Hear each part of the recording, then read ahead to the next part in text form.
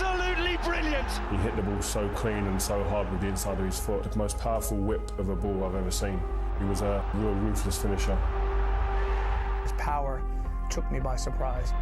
All he wanted to do was score goals, and he wasn't one of those that had great finesse around the box. He would just bash it into the goal. One of the most difficult opponents for me to read. So he worked out ways to be effective. Cost me a lot of money in terms of fines. I was top scorer in 3 different leagues: Holland, England and Spain. In my career, I had 5 incredible seasons at Manchester United. I am Ruud van Nistelrooy, and this is my story.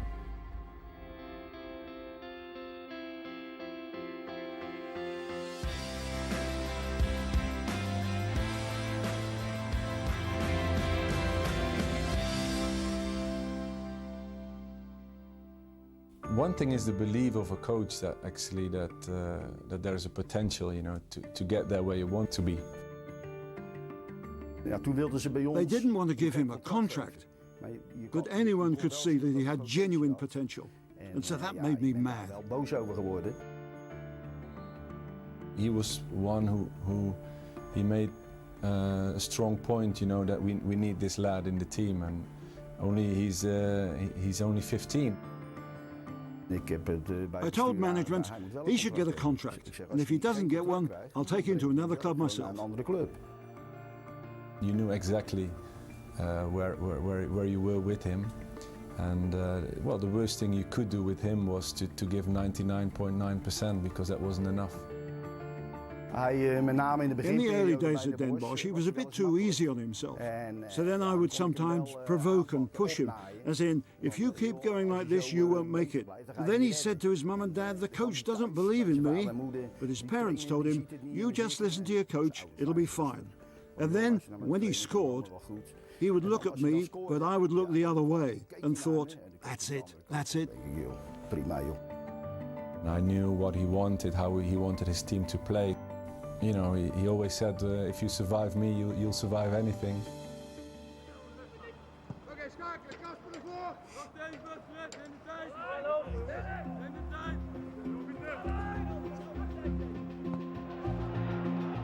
All the rumors, you know, I could read. It wasn't only Manchester United, but it was Chelsea, it was Arsenal, it was Bayern Munich, it was this, it was that. Because, yeah, as a 21, 22-year-old, start scoring a goal per game. That's what gets other clubs interested. We played a friendly game against the Danish side. I ruptured my medial ligament, and it was in plaster and in a brace after, and I was out for maybe 6 to 8 weeks.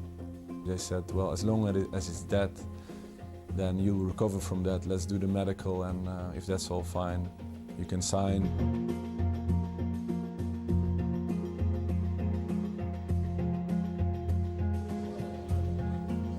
In my mind, I was going over to Manchester to sign a 5-year deal for Manchester United. Got a phone call on the way there that the doctor, he wasn't sure about the knee. He thought maybe it was more going on, not only medial ligament damage, but also cruciate ligament damage. The key focus of our test today has been on the injured knee, and we have been unable to complete all the necessary tests to our satisfaction today. And the doctor in Manchester, he was right.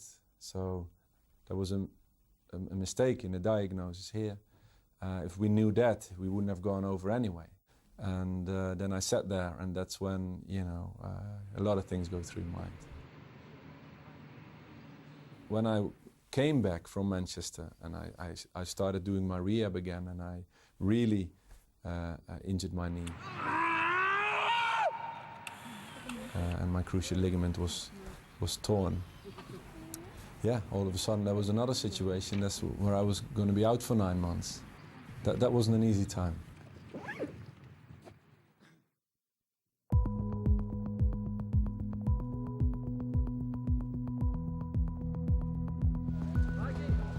I remember Sir Alex Ferguson called me when the deal was cancelled, and he phoned me up and he said, "Don't worry, Ruud, once you'll be a Manchester United player."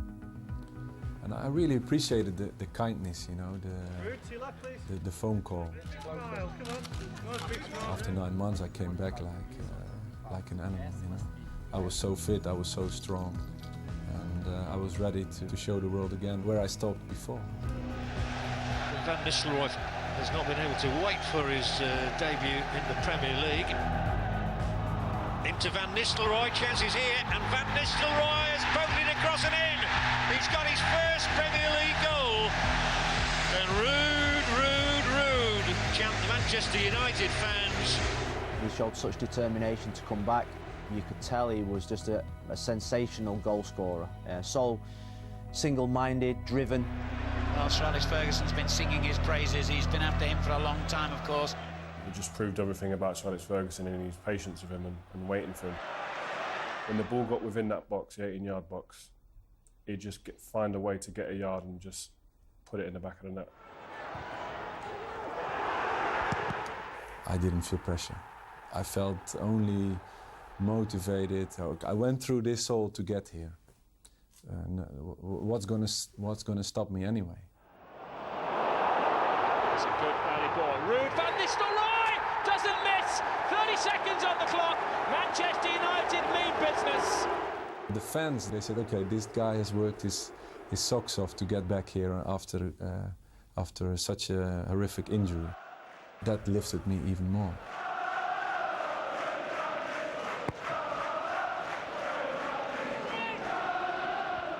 There were some really good strikers at the time. You know, your Ferdinands, your Shearers. You know, Michael Owen was just bursting onto the stage as well. Robbie Fowler was around. He was real world class because his movement, his finishing power, his goals record was phenomenal. Van Nistelrooy, simplicity. Manchester United take the lead. It was a very good start. The only there wasn't silverware to celebrate at the end of the season. So a season at Manchester United without silverware is a very disappointing season, and that's what the manager always pointed out. His first season for the team was quite difficult because we didn't win the league title, and we got knocked out the European Cup in the semi-final against Bayer Leverkusen. So it was a real difficult season for the team, but for Ruud it was sensational. It's a big acknowledgement as a player, you know, coming into a foreign league, and your teammates vote, and all the players in the Premier League they vote for you as the best player in that league, which is a massive honour. At the time we had Dwight York and Andy Cole. Andy Cole was a out-and-out striker, you know, so to replace somebody like Andy Cole was big for Ruud at the time, but he came in and he set the whole Premier League alight.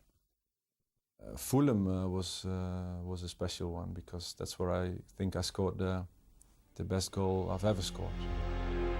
I remember that getting the ball in midfield, and I had a chance to turn, and then I starting to gain speed in the dribble. Yeah, I was dribbling 2-3 players, and then I was in front of the goalkeeper at the time. And I cut it back and tucked it in. What I wanted to become as a player, that sort of came out in that moment. Ruud had more skill than people probably give him credit for. If you played any type of box or two-touch game or anything like that, or in training, he could do stuff with the ball that not many people could do, little tricks and stuff. And it's kind of his mentality. You could see a switch straight away in the way he approached games. There was no messing about. The ball fell, bang, back of the net. Welcome to Highbury for the most important match of the season. It's the Championship showdown between Arsenal and Manchester United. It was a big game. We were quite a few points behind, so I think to lose would have been that would have been it for the title run, more or less. So getting a result there was important. Was very important. And Nistelrooy, that's brilliant. Well, I remember running after him from the halfway line and him sprinting away from us. Ruud van Nistelrooy gives Manchester United the lead. Once he got his chance, he was like a predator there. He wasn't gonna miss it. So yeah, that was if we could have won that game, I think we could have maybe have seen them off. The matches between Man United and Arsenal were electric. Nothing to choose between the two teams. They had some fantastic players, but big characters. Keane, Vieira, Petit, Henry, Van Nistelrooy. There were matchups all over the field. And it was a game where everybody had to raise the level of performance, and Ruud was a man for the big occasion. In the last 3 months of that season, we won every game, and Arsenal started to drop points, and in the end we caught them. Sometimes when you're being pursued and chased and the hunted rather than the hunter, it's more difficult in that running, and he became quite prolific. Solskjaer's great header on Van Nistelrooy, he's got another one! I remember the game we won the league against Charlton at home. I scored a hat-trick. Oh, and here's Van Nistelrooy. A hat-trick, he has it! He is simply magnificent. Arsenal played Leeds, where they dropped a few points, and we won the league on the next day. Is there a late drama to be had from Mark Viduka? It's Viduka. Leeds may well have snatched the victory here.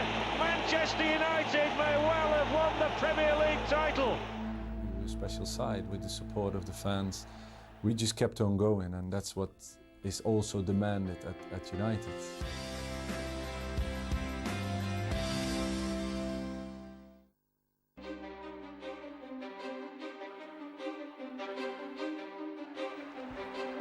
Now Van Nistelrooy goes to ground, penalty given. I remember the penalty, and I remember that it went through my mind. Because I don't know how many goals Thierry had at the time, but I knew we were sort of close. So, you know, it definitely went through my mind when I took the penalty. Nistelrooy to score. Ruud not to. Trust him to have a say on the final day. And combining that with silverware was what makes it even more special. Holding the first Premiership medal and combining that with a golden boot, yeah, I mean, then your footballing life doesn't get any better. He was driven on a personal note to score goals and to get the individual awards, but also when you join a club like Man United, you want the team awards as well, the Premier Leagues. It's been a marvellous year, it's unbelievable. You see this, everybody's so happy. We won the league now. That was the big thing. It was more a relief to get that kind of monkey off your back that you don't want to be in a change room and be the only ones that haven't won the league. To see him celebrating on the last game of the season away at Everton, you saw the joy in his face.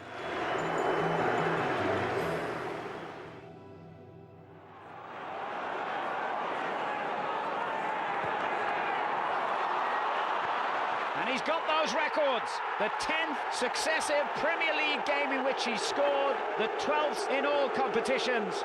It's not only the momentum of a striker, it's also the momentum of a team.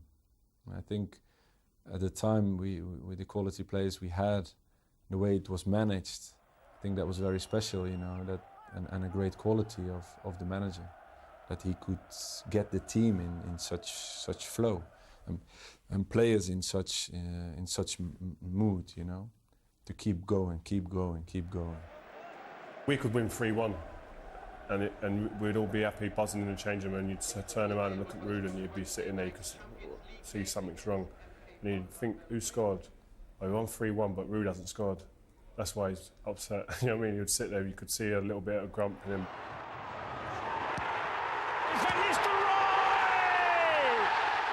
Ruud was selfish. The last bit of chicken on your plate, he'd take it like it was a goal. He would do it. That's him, and that's what strikers are like. Michael Owen's the same. Ian Wright was the same. Ruud's the same. If you're not selfish, you don't become the goal scorers that they became.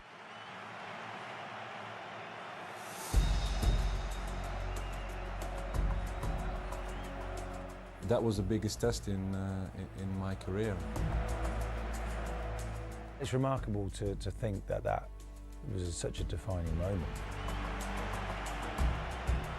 because we're now talking about the Invincibles going unbeaten for a whole season. It was unfortunate the way they acted. It was a top Arsenal team, and you know, when I look back at that season, that goes down in history for them. It was a foul, and he kicked towards me, and I jumped back a little bit. I knew at the time what happened, and I said to the ref, "Hey, what's this?" He knew the enormity of that because there was a chance then if we were down to 10 men. The ref was right there, booked him for the second yellow. When Patrick got sent off, we felt that he played a big part in that. Fraining injury, when he must watch that back and be embarrassed with it. No problem, I would do it 100 times again, anytime. I played a part in that, but after that you don't have to justify that behavior. I just wanted to carry on playing. My job was to keep my focus on the game, which I did. Amazingly enough, looking back on it. Stoppage time, pressure from Manchester United. Into the danger zone, Forlan goes down. Manchester United want a penalty, and they've got it too. It's all going wrong for Arsenal late on here. They've had Vieira sent off, and now Manchester United have a penalty. And then he had a gilt-edged opportunity. You never get a better one with an open goal. And I mean, I pretty well backed him to put it in.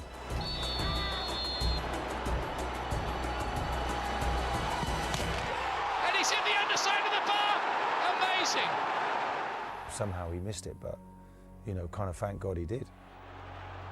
We could have beat them, and we should have. It's unfortunate because 9 times out of 10, Ruud buries those penalties, you know.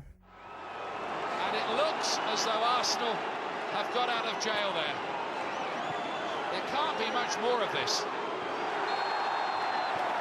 That is the final whistle. It was very nearly the last kick.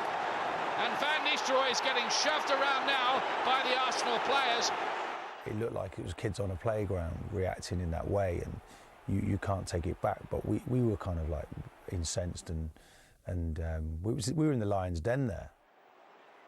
We all have a laugh at it now, but actually what those Arsenal players did was nothing short of a disgrace, really. You know, to goad someone, to jump all over him, to be in his face.